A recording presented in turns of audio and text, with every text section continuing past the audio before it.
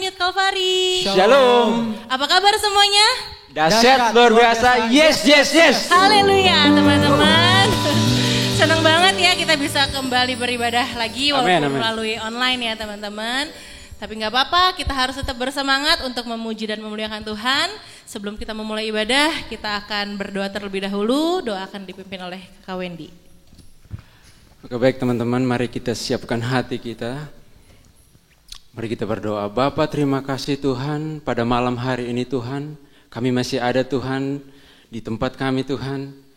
Oh, di rumah kami Tuhan, dimanapun kami berada saat ini Tuhan. Kami percaya Tuhan, Kau hadir di tengah-tengah Tuhan. Kau berikan Tuhan kekuatan yang baru Tuhan. Terima kasih buat kesempatan yang indah ini Tuhan. Kami boleh beribadah secara online Tuhan. Kami sangat percaya Tuhan, kuasa-Mu Tuhan terus nyata di sepanjang hidup kami Tuhan. Terima kasih Tuhan, terima kasih buat segalanya Tuhan. Kami telah datang dan berdoa mengucap syukur. Haleluya, haleluya. Amin. Haleluya, kita mau memuji dan memuliakan Tuhan. Kita naikkan satu lagu pujian yang berkata, Tuhanlah Gembalaku.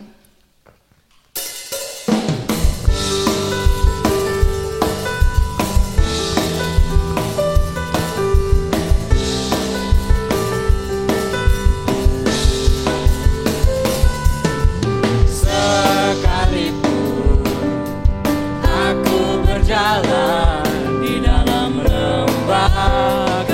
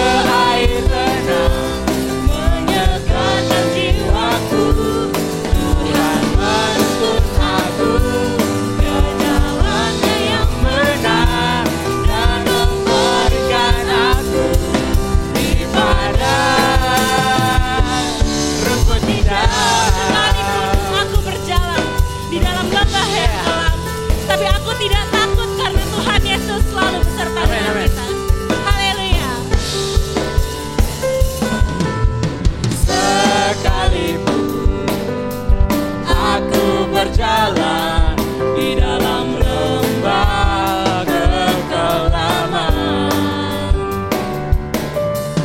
kebajikan, kemurahan akan selalu mengikuti. Angkat tangan kita ke atas, katakan Tuhanlah. Tuhanlah gembalaku, takkan kekurangan aku, bawa ke air tenang, menyegarkan jiwaku. Tuhan menuntun aku ke jalannya yang benar, dan memberikan aku di padang rumput indah. Tuhanlah Gembalaku. Tuhanlah gembalaku, takkan kekurangan aku, bawa ke air tenang, menyegarkan jiwaku. Tuhan menuntun aku ke jalannya yang benar, dan memberikan aku di padang rumput indah. Padang rumput hijau. Di padang rumput indah. Di padang rumput hijau. Di padang rumput indah. Haleluya, mari kita berikan kemuliaan untuk Haleluya. Tuhan. Haleluya. Teman-teman, kita patut bersyukur karena melalui ibadah online ini Amin. kita boleh kembali dikuatkan oleh firman Tuhan. Kalau sebentar kita akan kembali mendengarkan kebenaran firman Tuhan, kita mau siapkan hati kita. Sebelumnya kita akan naikkan satu lagu penyembahan yang berkata, Kudus, kuduslah Tuhan. Haleluya Yesus. Terima kasih Tuhan. Haleluya Yesus, haleluya. Terima kasih Bapa. Terima kasih Yesus.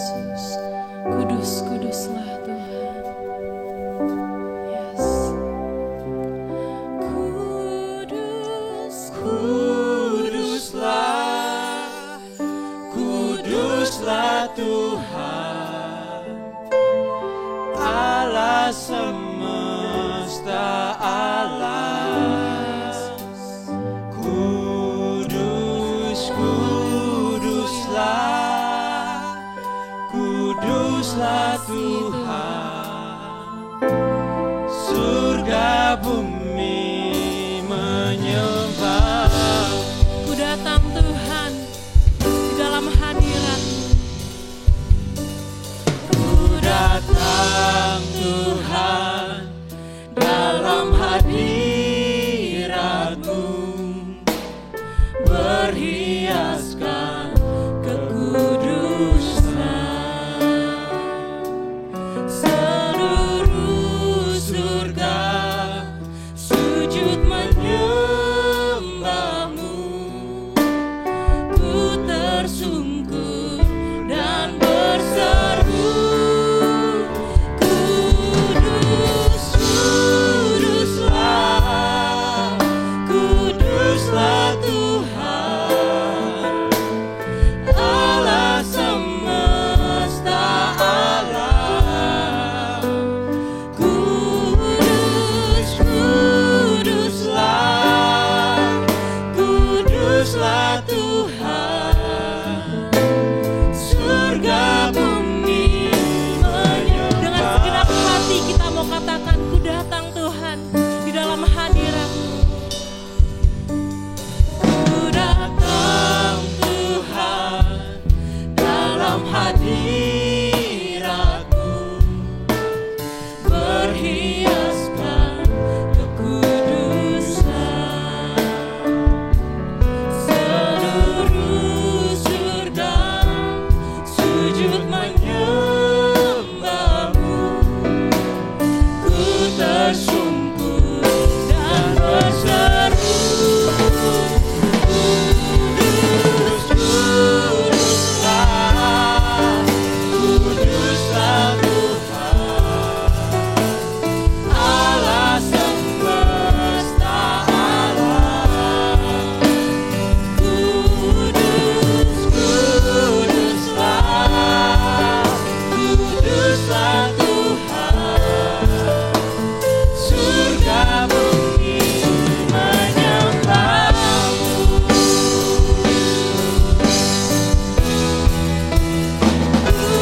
Kudus, Kuduslah, Kuduslah Tuhan, Allah semesta alam. Kudus, Kuduslah, Kuduslah Tuhan, surga bumi menyembah-Mu. Kudus, Kuduslah, Kuduslah Tuhan, Allah semesta alam. Kudus, Kuduslah, Kuduslah Tuhan, surga bumi menyembah. Surga bumi menyembah-Mu. Surga bumi menyembah. Surga bumi. Surga bumi menyembah-Mu.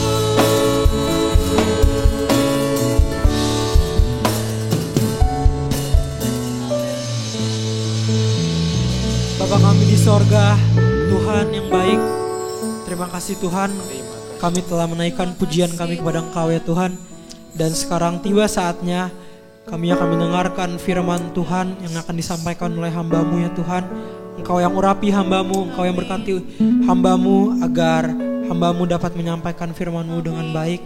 Dan kiranya Tuhan melalui apa yang disampaikan oleh hamba-Mu itu dapat merema dalam hidup kami dan kami bisa terus mengingatnya, sehingga itu bisa menjadi pembelajaran bagi hidup kami Tuhan. Dan kami percaya Tuhan, setelah kami selesai beribadah melalui online ini, kami bisa menjadi pribadi-pribadi yang lebih baik Tuhan. Terima kasih Tuhan, sekarang kami akan memulai firman-Mu. Dan kami alaskan doa ini hanya di dalam nama Tuhan Yesus Kristus. Kami sudah berdoa, haleluya, amin. Halo Shalom anak muda, apa kabarnya? Ya, saya harap kalian tetap sehat, tetap nggak sakit ya, yang pasti jangan sakit, usahakan jangan sakit saat-saat seperti ini. Mudah-mudahan kalian tetap sehat dimanapun kalian berada. Malam hari ini saya akan sharingkan beberapa hal yang lagi booming banget nih di saat-saat ini, lagi booming banget. Kenapa? Karena hal ini yang sedang baru start nih, baru mulai terjadi dan akan berkepanjangan sepertinya, ya, akan berkepanjangan. Oke. Sharing hari ini saya mau kasih tema kekhawatiran atau ketakutan, ya. Jadi kita malam hari ini kita mau belajar sama-sama tentang kekhawatiran dan ketakutan. Oke, sama-sama langsung aja kita buka di Alkitab kita di kitab Mazmur pasal 91 ayat yang pertama sampai ayat yang ke-16. Hari ini saya nggak akan buka banyak ayat. Kita akan fokus ke Mazmur 91 ini aja. Dan saya akan kupas satu persatu ayat per ayat yang berhubungan dengan ketakutan atau kekhawatiran, ya. Oke, kita baca Mazmur 91 ayat 1 sampai 16. Dalam lindungan Allah, orang yang duduk dalam lindungan Allah yang maha tinggi dan bermalam dalam naungan yang maha kuasa akan berkata kepada Tuhan, tempat perlindunganku dan kubu pertahananku, Allahku yang kupercayai. Ya, kita stop sampai di sana dulu. Oke, saya bacakan dalam terjemahan NIV. He who dwells in the shelter of the Most High will rest in the shadow of the Almighty. I will say of the Lord, He is my refuge and my fortress, my God in whom I trust. Terjemahan bahasa Indonesianya ada beberapa kata yang salah, ya. Di sana orang yang duduk, dwells itu bukan duduk tapi bersemayam. Semayam apa ya? Bahasa sehari-harinya tuh bisa bercengkrama, bisa duduk diam, bisa menikmati gitu ya, dalam lindungan Allah yang maha tinggi, ya. Lalu yang bermalam dalam naungan itu terjemahan bahasa Inggrisnya itu rest, artinya beristirahat, ya. Bukan cuma bermalam tapi beristirahat. Jadi kita bisa melepaskan beban kita. Oke, ayat yang kedua, akan berkata kepada Tuhan, tempat perlindunganku dan kubu pertahananku, Allahku yang kupercayai. Jadi saya rasa semua orang khawatir, ya, semua orang khawatir. Saya baru baca di Google, itu salah satu pabrik sepatu, saya nggak tahu dia produksi sepatu Nike atau Adidas atau apa, itu di Tangerang, itu sudah mem-PHK 2.500 karyawannya. Karena apa? Pabrik tidak bisa berjalan karena ditutup, tidak boleh beroperasi. Jadi mereka tidak punya pemasukan, tidak ada yang bisa dijual. Jadi 2.500 orang itu akan segera di-PHK-kan dengan 2 gelombang. Ya, itu baru satu perusahaan. Tadi saya baru baca di Jakarta itu sudah ada 1.300 sekian perusahaan yang tutup akibat corona, yang harus tutup, yang tidak bisa mendapatkan income, tidak bisa mendapatkan pendapatan. Ya. Malam hari ini saya mau bahasnya tuh tentang perekonomian. Gimana sih dampak perekonomian buat kita nih, anak-anak Tuhan gitu ya, selama karena isu corona ini. Karena yang menurut saya sih yang susah tuh bukan cuman pedagang kelontong atau tukang gorengan, tukang ketoprak dan segala macam. Mereka terdampak secara langsung, ya betul. Tapi semua orang susah. Mulai dari level bawah, paling bawah, yang kalau levelnya ya sangat miskin, sangat miskin, setengah miskin, sejahtera gitu, artinya ya tidak miskin gitu ya. Mulai sampai ke level atas gitu ya, sampai ke kalangan atas pun susah. Saya tadi siang saya lihat bahkan artis pun gitu ya, nggak bisa ngejob, nggak bisa kemana-mana, di rumah aja. Mereka juga kehilangan pendapatan gitu, ya. Si Judika tuh kehilangan 18 miliar akibat corona. Jadi semua kontrak di cancel, dia harus pulangin DP dan segala macam. Bayangin 18M loh, ya. Jadi bukan cuman orang-orang kecil aja, masyarakat miskin aja yang terdampak, tapi menurut saya semua orang tuh terdampak, termasuk kita nih, orang-orang percaya. Ya. Hari ini kita lihat apa sih kata firman Tuhan ketika ada hal seperti corona ini menimpa kita. Oke, kita lanjut ke ayat yang ketiga, karena masih ada cukup banyak ayat yang harus kita bahas. Sungguh dialah yang akan melepaskan engkau dari jerat penangkap burung dan dari penyakit sampar yang busuk. Dengan kepaknya ia akan menudungi engkau, di bawah kepaknya engkau akan berlindung. Kesetiaannya ialah perisai dan pagar tembok. Ayat yang kelima, engkau tak usah takut terhadap kedahsyatan malam, terhadap panah yang terbang di waktu siang. Ayat yang keenam, terhadap penyakit sampah, kita stop di ayat yang kelima dulu. Saya akan bahas ayat yang ketiga dan sampai yang kelima. Sungguh dialah yang akan melepaskan engkau dari jerat penangkap burung. Teman-teman pernah lihat gak sih orang kalau nangkap burung itu caranya gimana? Mungkin orang-orang yang di perkotaan kayak di Jakarta gak pernah lihat saya rasa jerat penangkap burung, ya.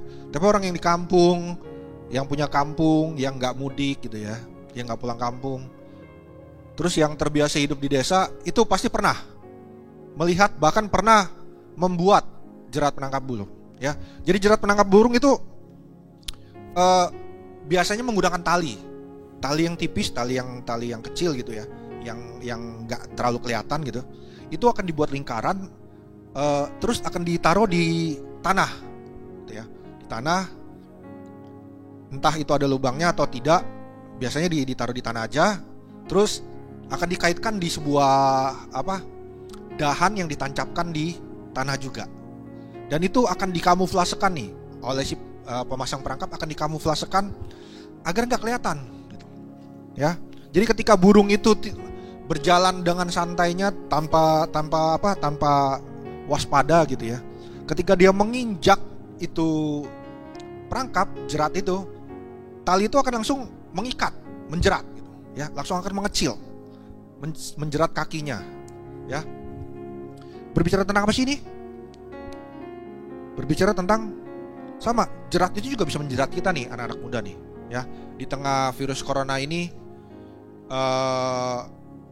banyak jerat-jerat yang dipasang oleh ya iblis, bahkan dipasang oleh musuh-musuh kita gitu ya. Orang-orang yang gak suka ngeliat kita sukses dan segala macam, itu mereka akan tebar perangkap-perangkap ini buat kita.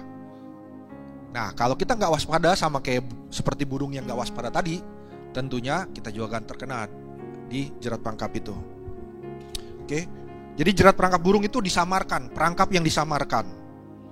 Ya, biasanya nih iblis datang itu nggak pernah frontal, pasti pakai kamuflase, ya, pakai kamuflase. Oke, kita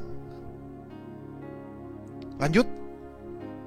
Dari penyakit sampar yang busuk, terjemahan bahasa Inggrisnya itu from the deadly pestilence, penyakit sampar yang mematikan, ya. Jadi kalau kita duduk, kalau kita berlindung, kalau kita duduk, kalau kita bercengkrama, menikmati hadirat Tuhan di dalam lindungan Allah yang Maha Tinggi, terus dan kita bermalam dalam naungan yang Maha Kuasa, kita akan dilepaskan dari jerat penangkap burung pertama. Lalu yang kedua, dari penyakit sampar yang mematikan. Penyakit sampar itu apa sih? Penyakit sampar itu penyakit wabah. Artinya bukan cuma 1-2 orang yang terkena, 10-100 orang, bukan. Tapi itu sudah jadi wabah, artinya mudah sekali menular. Ya, mudah sekali menular.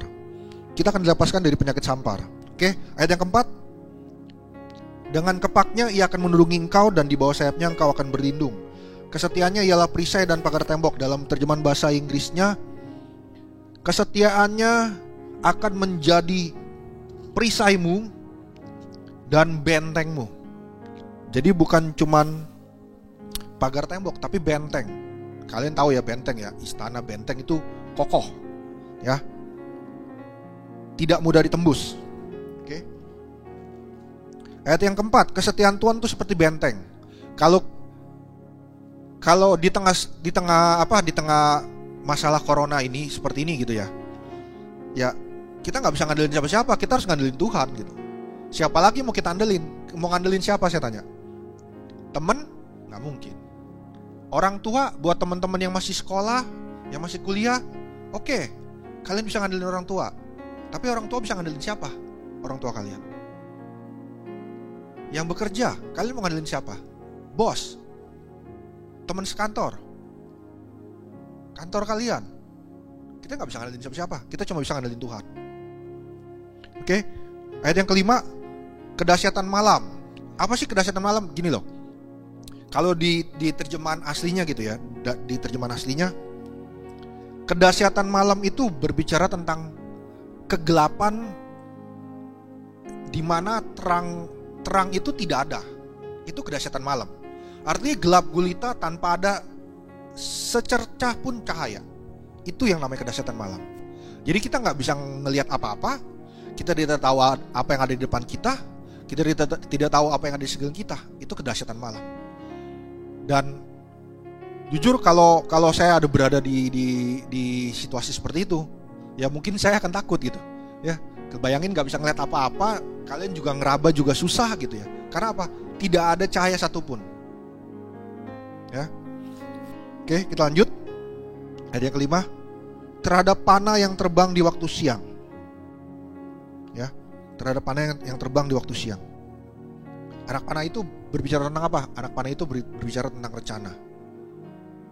Rencana siapa? Ya tentunya rencana si setan, si iblis gitu ya.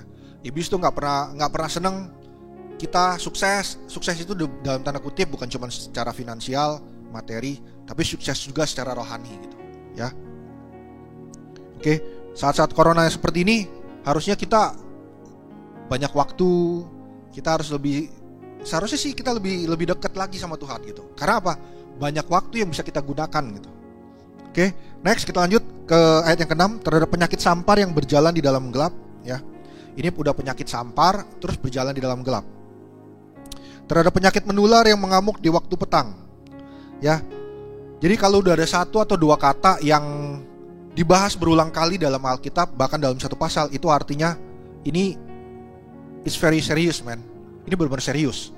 Penyakit sampar itu bukan bohongan, bukan hal yang sepele gitu ya. Tapi ini benar-benar serius. Kenapa?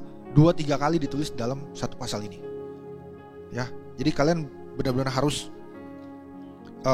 waspada gitu. Ayat yang ke-6 ya, tadi ya. Ayat yang ke-7.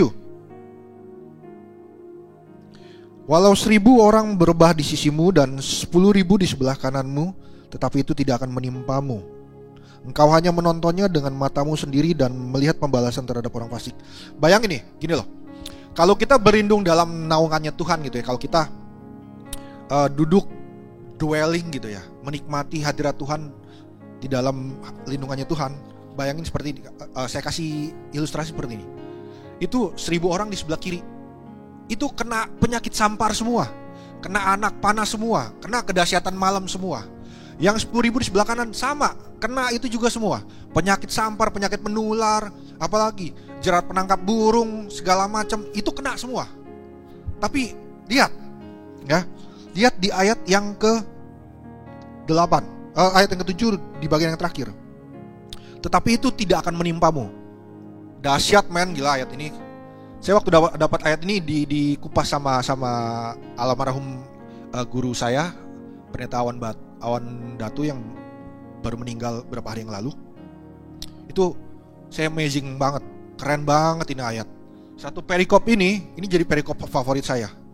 Salah satu perikop favorit saya. Kenapa? Karena gila keren banget men, kuasanya Tuhan gitu ya. Kalau kita mengandalkan Dia itu keren banget. 1000 orang di sebelah kanan, di sebelah kiri, 10.000 di sebelah kanan. Itu kena semua, kena krisis ekonomi, kena PHK, kena segala macam. Tapi dicatat, tetapi itu tidak akan menimpa engkau. Ayat yang ke-8. Engkau hanya menontonnya dengan matamu sendiri. Bayangin loh, kanan kiri kita udah tumbang, udah tepar gitu. Tapi kita cuma nonton, berdiri, kita masih berdiri. Kita cuma nonton di kanan kiri kita tumbang, tepar, bangkrut segala macam. Kita cuma nonton mereka. Ya. Tentunya ya tadi syaratnya, ada syaratnya. Oke, kita lanjut ayat ke-9. Sebab Tuhan ialah tempat perlindunganmu, ya. Yang maha tinggi telah kau buat menjadi tempat perteduhanmu. Malapetaka tidak akan menimpa engkau, dan tulah tidak akan mendekat kepada kemahmu. Bayangin, 1000 orang di sebelah kiri, 10.000 di sebelah kanan, itu kena semua. You name it, lu sebutin deh, lo orang sebutin deh. Krisis, apalagi PHK, unpaid leave, jobless, masa depan suram, madasu, apalagi penyakit secara fisik gitu ya, penyakit. Itu mereka kena semua, tapi kita berdiri dan itu gak menimpa kita. Kita cuma nonton dengan mata kita. Ayat yang ke-10, malapetaka tidak akan menimpa kita. Bayangin ya. Dan tulah ini penyakit sampar nih, tulah nih, plague, wabah, itu tidak akan mendekati kemah kita, rumah kita, kediaman kita. Itu gak akan mendekat. Kenapa? Kita dipagari, men. Kita dipagari sama apa? Sama kuasa Tuhan. Oke, ayat yang ke-11. Ini keren banget ini, satu perikop ini. Ayat yang ke-11, sebab malaikat-malaikatnya akan diperintahkannya kepadamu untuk menjaga engkau di segala jalanmu. Gila, keren gak lo? Kalau kalian bisa bayangin gak? Kalian nih di tengah corona begini gitu ya, perusahaan tutup lah, usaha tutup lah, ada yang PHK segala macam gitu ya. Tapi lu cuman jalan gitu ya, jalan dengan santainya, dengan segala kerendahan hati tentunya ya. Terus di sekeliling lu tuh bodyguard, men. Lu dikelilingi sama bodyguard. Bayangin gak sih, di tengah corona lu bisa jalan kemana aja, lu dikelilingi sama bodyguard. Bodyguard itu siapa? Malaikat-malaikat Tuhan, men. Bukan sembarangan bodyguard. Ya. Untuk menjaga engkau di segala jalanmu. Jadi setiap langkah kita tuh dijaga sama Tuhan. Dipagari sama malaikat-malaikat Tuhan. Kebayang gak sih itu? Gila, keren banget loh, serius. Saya ketika baca ini berulang kali gitu ya, di tengah virus corona kayak begini nih, masalah corona yang lagi booming kayak gini. Gila, dahsyat engkau Tuhan, dahsyat banget ini. Aku akan berjalan dan aku akan dilindungi oleh malaikat-malaikat Tuhan. Oke, kita lanjut. Mereka akan menatang engkau di atas tangannya, supaya kakimu jangan terantuk pada batu. Jadi kita tuh menatang itu apa ya? Bukan menggendong. Ya kaki kita sebenarnya tuh nggak napak kalau ditatang gitu ya. Kalau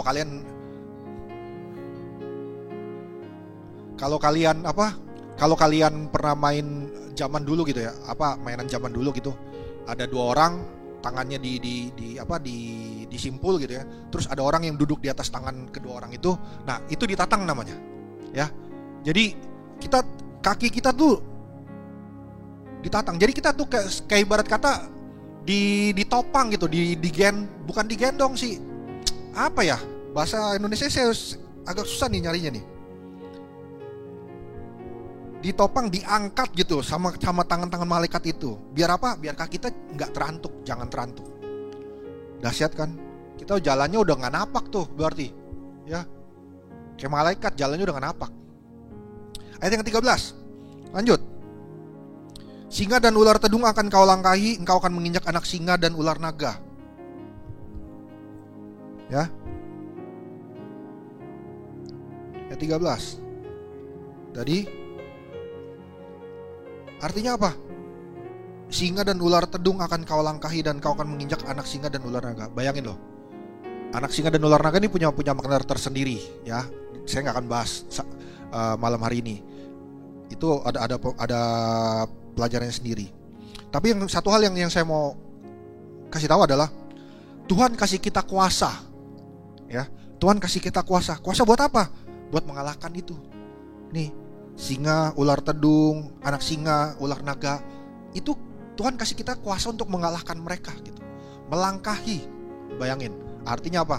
Kita superior di atas mereka gitu. Tentunya ada syaratnya ya. Syaratnya apa nanti kita bahas sebentar lagi. Oke? Ada syaratnya. Nah, ini syaratnya nih. Ayat yang ke-14 nih, syaratnya nih. Ini syarat biar kita bisa duduk dalam lindungan Allah, biar kita bisa berdiri ketika orang lain jatuh gitu. Biar kita bisa berjalan dan dilindungi oleh malaikat-malaikat Tuhan. Seperti yang tadi saya jelaskan sebelumnya, ini syaratnya nih. Ayat yang ke-14 kita baca, sungguh hatinya melekat kepadaku, maka aku akan meluputkannya, aku akan membentenginya sebab ia mengenal namaku. Jadi syarat yang pertama, biar kita bisa tidak tertimpa oleh penyakit sampar dan lain-lain itu, biar kita bisa menonton dengan mata kita sendiri gitu ya. Terus biar malapetaka nggak menimpa kita, tulah nggak mendekat dalam kediaman kita. Itu syaratnya adalah hatinya melekat kepadaku. Jadi hati kita tuh harus melekat sama Tuhan. Oke, kalau kita nggak melekat gini loh. Artinya melekat tuh seperti ini. Kalau ini buku ya, dan ini kertas gitu. Ini kita, ini Tuhan. Artinya melekat tuh bukan cuman begini. Kalau ini nempel, kalau dilepas ya lepas. Tapi kalau melekat itu menyatu. Jadi kalau ini Tuhan dan ini kita, yang namanya melekat tuh berada di tengah-tengah dan diapit, kembali ditutup. Sama. Kalau ini Tuhan dan ini kita, kalau ini Tuhan dan kertas ini kita, melekat tuh artinya seperti ini. Ini melekat. Kalau cuman seperti ini nempel. Tapi melekat tuh masuk ke dalam. Oke, masuk ke dalam. Saya lanjut aja, cepat aja. Syarat yang pertama tadi apa? Teman-teman, hatinya melekat. Hati kita melekat sama Tuhan. Oke, artinya apa? Kalau di terjemahannya, arti melekat itu artinya because he loves me. Mencintai. Jadi kita harus mencintai Tuhan. Kita harus punya gairah sama Tuhan. Gairah apa? Gairah menyembah, gairah pengen deket terus ya. Kalau orang pacaran gitu ya, apalagi awal-awal pacaran gitu, itu kan waduh lagi in the hoi itu. Lagi hot-hotnya gitu. Bawaannya pengen ketemuan terus gitu ya. Tanya aja, teman-teman boleh tanya diri sendiri yang udah pernah mengalami, atau boleh tanya ke teman-teman yang sudah mengalami, benar gak sih kalau lagi pertama kali pacaran tuh kayaknya udah pengen deket, katanya kayaknya pengen ketemu terus. Nah itu artinya melekat gitu ya, mencintai, mengasihi.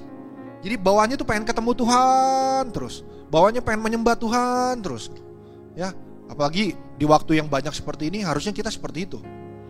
Oke, syarat yang kedua, itu syarat pertama. Syarat yang kedua, ayat 14 di bagian yang B, aku akan membentenginya sebab ia mengenal namaku.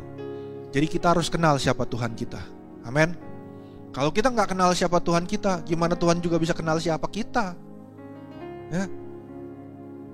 Jangan sampai kita gitu ya, dipanggil Tuhan, terus di pintu sorga ketok-ketok, Tuhan, aku yang berjuang begini bla bla bla bla bla. Terus Tuhan bilang, siapa ya lu? Gua gak kenal lu. Enak gak kau digituin? Gak enak ya. Jadi kita harus kenal Tuhan kita. Itu syarat yang kedua. Kalau kalian tidak mau ini tulah-tulah dan segala macam itu kena ke kita, ini syaratnya. Yang pertama, hati kita harus melekat sama Tuhan. Yang kedua, kita harus mengenal siapa Tuhan kita, siapa nama Tuhan kita. Kalau kalian gak kenal, ya gak akan disayang ya. Kalau kita gak kenal, kita juga gak akan disayang. Jadi Tuhan harus kenal kita, kita juga harus kenal siapa Tuhan kita. Kalau kita gak kenal Tuhan kita, gimana kita bisa ngandelin dia ya. Antah berantah, contohnya saya gak tahu dari siapa, ketemu orang gitu di tengah jalan, bisa gak saya langsung mengandalkan dia sebagai penolong saya? Gak bisa. Karena apa? Saya gak kenal dia gitu. Sama, kalau kita gak kenal Tuhan juga, kita gak bisa meletakkan beban kita nih. Kita punya beban ya, kita gak bisa meletakkan beban kita ke tangannya Tuhan kalau kita gak kenal Tuhan. Oke, kita lanjut ayat yang ke-15. Bila ia berseru kepadaku, aku akan menjawab. Aku akan menyertai dia dalam kesesakan. Aku akan meluputkannya dan memuliakannya. Dengan panjang umur akan kukenyangkan dia dan akan kuberatkan kepadanya keselamatan daripadaku. Ya, jadi dari 16 ayat ini saya kasih catatan di ayat yang ke-14. Itu syarat utama kalau kalian mau mau selamat. Saya gak bilang selamat secara fisik doang ya, secara finansial, tapi selamat juga secara rohani ya. Jadi selama pandemi corona ini menimbulkan kekhawatiran gak? Pasti, saya jamin pasti menimbulkan kekhawatiran. Menimbulkan ketakutan gak? Yes, definitely. Siapa yang gak takut? Kalian sebutin siapa yang gak takut sama corona. Bahkan saya bisa saya diketawain gitu ya sama orang kantor, sama orang rumah gitu ya. Orang rumah saya, maksudnya orang tua saya. Jadi setiap apa yang datang itu saya selalu semprot pakai hand sanitizer. Atau saya cuci. Saya pertama kali itu beli sembako gitu, saya ambil, saya taruh di bak air sabun gitu ya. Saya cemplungin, saya cuci semua, bilas, keringin. Semua itu berlaku semua. Kalau sayur cuci pakai Mama Lemon yang agak aman. Saya lakukan itu buat semua. Masuk rumah, saya semprot semua tas saya, handphone saya, semua saya cuci, saya bersihin. Kenapa? Saya khawatir saya bawa virus kalau misalnya dari luar ke anak saya, ke istri saya gitu. Takut gak sih? Takut. Jujur saya takut gitu. Om saya meninggal gara-gara corona 3 minggu yang lalu kurang lebih.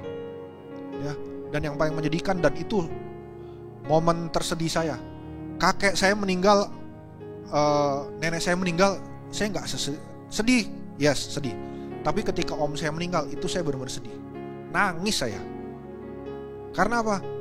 Nggak bisa ditemenin, lu bayangin aja lo, lu pasien COVID-19 gitu ya, dirawat di rumah sakit rujukan, nggak bisa ditemenin, nggak bisa ditengok, nggak bisa dilihat. Jadi ketika lu sudah jadi PDP dan dirawat dan lu punya riwayat penyakit, itu akan memperburuk kondisi lu, ya. Jadi lu akan sesak napas sendiri. Menjelang kematian sendiri. Gak ada yang nemenin, gak ada dokter, gak ada suster. Karena terlalu banyak. Kalau sempat mencet belnya mungkin dokter suster bisa datang. Tapi kalau gak sempat, oke, let's say dokter suster bisa datang. Tapi kalau gak tertolong, kayak om saya paru-parunya tuh di ronsen terakhir putih semua. Kenapa? Sudah terendam cairan. Terakhir sebelum dia meninggal gitu ya, dia sempat video call sama istrinya dan istri nangis. Dan itu bikin hati saya tuh hancur banget. Bayangin loh, gak bisa ditengok, gak bisa ditungguin, gak bisa diapa-apain, cuma bisa lihat video call. Bayangin gimana perasaan istrinya ketika melihat suaminya sesak napas dan akhirnya meninggal. Saya gak bisa bayangin itu. Gak bisa gak ada ibadah, gak ada apa-apa. Bahkan gak bisa diantar dikuburin tuh gak bisa. Kita keluarga cuma bisa lihat dari jauh, gak bisa mendekat setelah semua selesai dikubur, itu baru bisa tabur bunga dan segala macam. Bayangin semua sendiri. Sedih gak? Sedih banget. Dan saya berdoa gak ada dari kalian yang mengalaminya. Oke. Jadi kesimpulannya apa sih malam hari ini dari sharing firman Tuhan saya? Corona itu pasti menimbulkan ketakutan buat kita, siapapun kita. Sebutin nama orang yang gak takut, suruh ketemu saya, nanti saya antar ke rumah sakit rujukan biar ketemu penderita PDP. Siapa yang tahu dia takut apa enggak ntar. Ya. Jadi harapan kita tuh cuman Yesus, tidak ada yang lain, cuman Yesus. Oke, dalam perlindungan Tuhan tuh kita aman. Tapi ada syaratnya. Ya. Kita harus punya pengalaman sama Tuhan, mengenal secara intim gitu ya. Caranya gimana kita bisa mengenal secara intim? Ayo. Ini sudah banyak dihotbahkan. Ya, sudah banyak dihotbahkan. Caranya gimana? Kita harus bangun hubungan dengan Tuhan. Kemarin saya sangat diberkati ibadah keluarga muda ya, oleh Kak Eman, Kak Sulaiman. Itu dia membahas tentang doa. Jangan pernah lupa berdoa. Dan jangan pernah meninggalkan kebiasaan kita dalam beribadah. Jadi teman-teman, malam hari ini saya cuma mau encourage, saya mau mengajak kalian, yuk kita gunakan waktu yang ada nih, waktu yang ada. Saya gak nakut-nakutin. Tapi corona ini ada kemungkinan panjang. Ya, kalian lihat di Amerika, di Korea, di Cina, yang sudah sembuh bisa tertular lagi. Oke. Jadi saya mau ngajak teman-teman, yuk kita mepet yuk ke Tuhan yuk. Yuk kita semakin dekat yuk ke Tuhan, bukan semakin menjauh. Ya. Kita semakin mepet, semakin mendekat, semakin dalam gitu, semakin intim sama Tuhan. Bangun hubungan pribadi sama Tuhan. Bangun mesbah doamu. Jangan pernah enggak berdoa. Tiap malam saya berdoa sama istri, sama anak saya. Saya ajarin Caleb gitu ya, saya ajarin berdoa. Saya minta si Caleb yang pimpin doa malah. Saya ajarin itu mulai dari dia kecil. Kenapa? Saya tahu kuasa doa itu besar banget kuasanya kalau benar-benar didoakan dengan iman gitu. Jadi teman-teman, yang punya kekhawatiran, yang ketakutan, mungkin gak sih gue di PHK, gue ada kemungkinan di PHK nih, gue ada kemungkinan gak punya pekerjaan lagi, gue ada kemungkinan gak punya usaha lagi karena usaha gue bangkrut. Kita bisa serahkan ketakutan kita, kekhawatiran kita ke Tuhan. Caranya tadi, ya, kita bangun hubungan sama Tuhan. Kalau kita gak kenal sama Tuhan, kita gak mungkin sayang sama Tuhan. Tuhan juga gak mungkin sayang sama kita. Ya, jadi kita harus mepet sama Tuhan. Tempel terus, kalau perlu jujuk terus gitu ya. Lu tempelin terus sampai kita benar-benar menempel, melekat sama Tuhan gitu, menyatu sama Tuhan. Cuman itu caranya, gak ada yang lain. Kalian boleh tanya ke kanan kiri kalian, ke teman kalian, apakah ada yang tidak khawatir usahanya tutup, pekerjaannya hilang? Pasti khawatir semua. Oke, jadi malam hari ini yuk kita sama-sama belajar biar kita semakin dekat sama Tuhan. Oke, saya mau berdoa buat kalian dimanapun kalian berada. Apapun yang jadi ketakutan kalian, apapun yang jadi kekhawatiran kalian, yuk kita berserah sama Tuhan. Mari kita tundukkan kepala dan kita akan berdoa. Bapa, terima kasih Yesus buat firman-Mu, buat sharing firman-Mu malam hari ini. Terima kasih untuk semuanya. Terima kasih buat kebaikan-Mu. Kami berdoa Tuhan, kami mau serahkan setiap kekhawatiran kami, setiap ketakutan kami Tuhan ke dalam tangan-Mu. Kami percaya Engkau Allah yang ajaib, Engkau Allah yang hidup, Engkau Allah yang dahsyat. Kami gak mau dihantui oleh ketakutan, kami tidak mau dihantui oleh kekhawatiran kami. Tapi kami mau berserah, kami mau semakin intim, kami mau semakin dalam lagi mengenal Engkau. Kami mau semakin melekat kepada Engkau Tuhan. Karena Engkau adalah sumber dari segala sesuatu. Terima kasih Yesus. Aku berdoa malam hari ini untuk setiap rekan-rekan youth yang ada, setiap permasalahan mereka, setiap pergumulan mereka, setiap ketakutan mereka, kekhawatiran mereka. Aku berdoa di dalam nama Tuhan Yesus Kristus, biar Engkau yang hadir di tengah-tengah mereka, Engkau yang menjamah mereka, Engkau yang menarik mereka kembali Tuhan ke dalam pelukan-Mu Bapa. Terima kasih Yesus, terima kasih. Dan kami juga berdoa untuk Indonesia, untuk seluruh dunia, untuk Jakarta juga Tuhan. Biar Engkau yang lalukan Tuhan pandemi ini seturut dengan waktu-Mu dan seturut dengan kehendak-Mu Tuhan. Kami tidak bisa mengatur Engkau, kami cuma bisa berserah kepada Engkau. Kami cuma bisa berseru kepada Engkau Tuhan. Banyak orang-orang yang kehilangan pekerjaan, Kau tetap memberkati mereka Tuhan. Bahkan mungkin ada saudara-saudara seiman kami Tuhan yang kehilangan pekerjaan, kehilangan usaha Tuhan. Kami berdoa di dalam nama Tuhan Yesus Kristus, Bapa, Engkau yang terus memelihara mereka, Engkau yang terus memberkati mereka di tengah-tengah pandemi corona ini Bapa. Terima kasih Yesus, terima kasih. Kami serahkan mereka dalam tangan-Mu. Hanya di dalam nama Tuhan Yesus Kristus kami berdoa dan mengucap syukur. Haleluya. Amin.